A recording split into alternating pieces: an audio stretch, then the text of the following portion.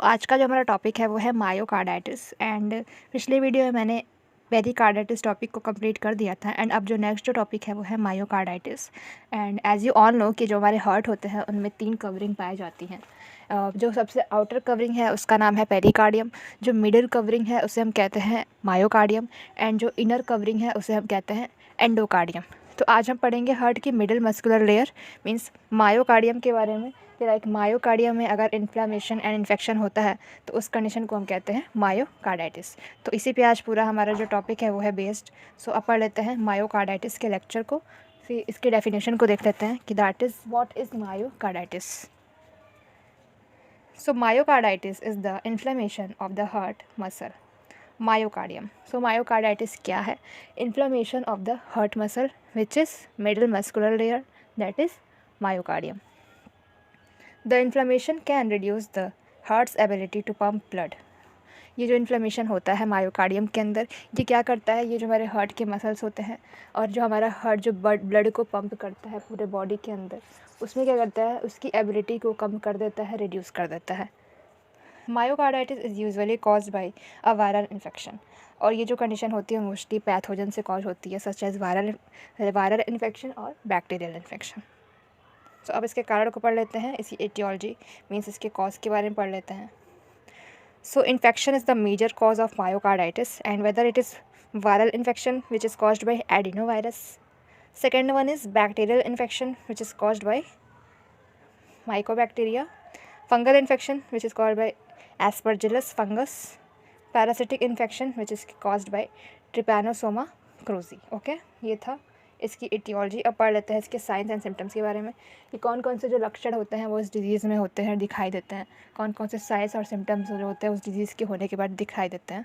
So first one is shortness of breath, सांस फूलना। Okay, second one is tiredness, थकान। Third one is fever, low grade fever देखने को मिलता है। चेस्ट पेन देखने को मिलता है, चेस्ट पेन सबसे इसका इम्पॉर्टेंट जो है वो सिम्टम है।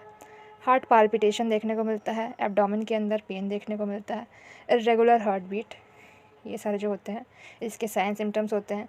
समटाइम्स फेंटिंग, बेहोश हो जाना। स्वेलन लेग्स और फीट, जो हमारे लेग्स होते हैं मीन और जो हमारे फीट होते हैं एंकल्स और नी वगैरह में स्वेलिंग देखने को मिलती है। बीइंग अनेबल टू एक्सरसाइज, और एक्सरसाइज की टॉलरेंसी कम हो जाती है, पेशेंट जो होता है वो एक्सरसाइज नहीं कर पाता है बहुत देर तक। सो ये सारे जो होते हैं इसके साइंस और सिम्टम्स देखने को मिलते हैं इन मायोकार्डाइटिस। अब पढ़ लेते हैं इसके रिस्क फैक्टर को कि कौन कौन से ग्रुप ऑफ एज के लोग इसमें जो अफेक्ट होते हैं और कौन कौन से फैक्टर्स हैं जो इस डिजीज़ को एलिवेट कर देते हैं, ट्रिगर करते हैं। So first one is older age, older age के अंदर ये बहुत कॉमन है। Second one is diabetes mellitus, जो डीएम के जो पेशेंट होते हैं उनको बहुत सारा चांस होता है कि उनको मायोकार्डाइटिस हो सकता है। मोटापा, ओबेसिटी भी इसका रिस्क फैक्टर है। हाइपरटेंशन, हाई ब्लड प्रेशर की वजह से भी हो सकता है। कोई ड्रग ओवरडोज की वजह से भी हो सकता है। ऑटो इम्यून डिजीज़ की वजह से हो सकता है।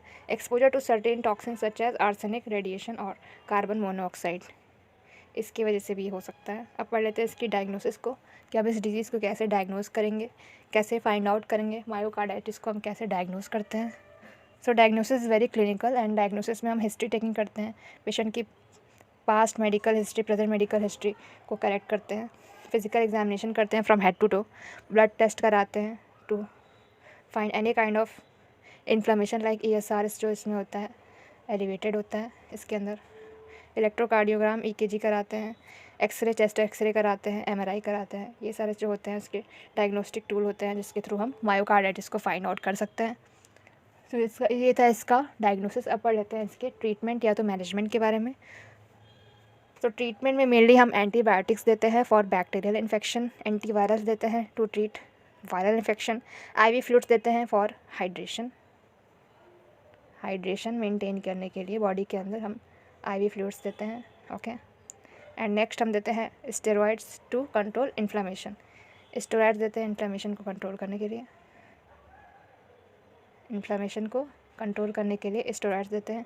AC इनहिबिटर देते हैं for heart function and beta blockers and diabetics also for heart function. Okay, so ये था इसका ट्रीटमेंट एंड ये था मायोकार्डाइटिस का एक lecture and I hope so कि आप लोगों को ये बहुत ही क्लियर हुआ होगा। सो तब तक के लिए बाय एंड टेक केयर।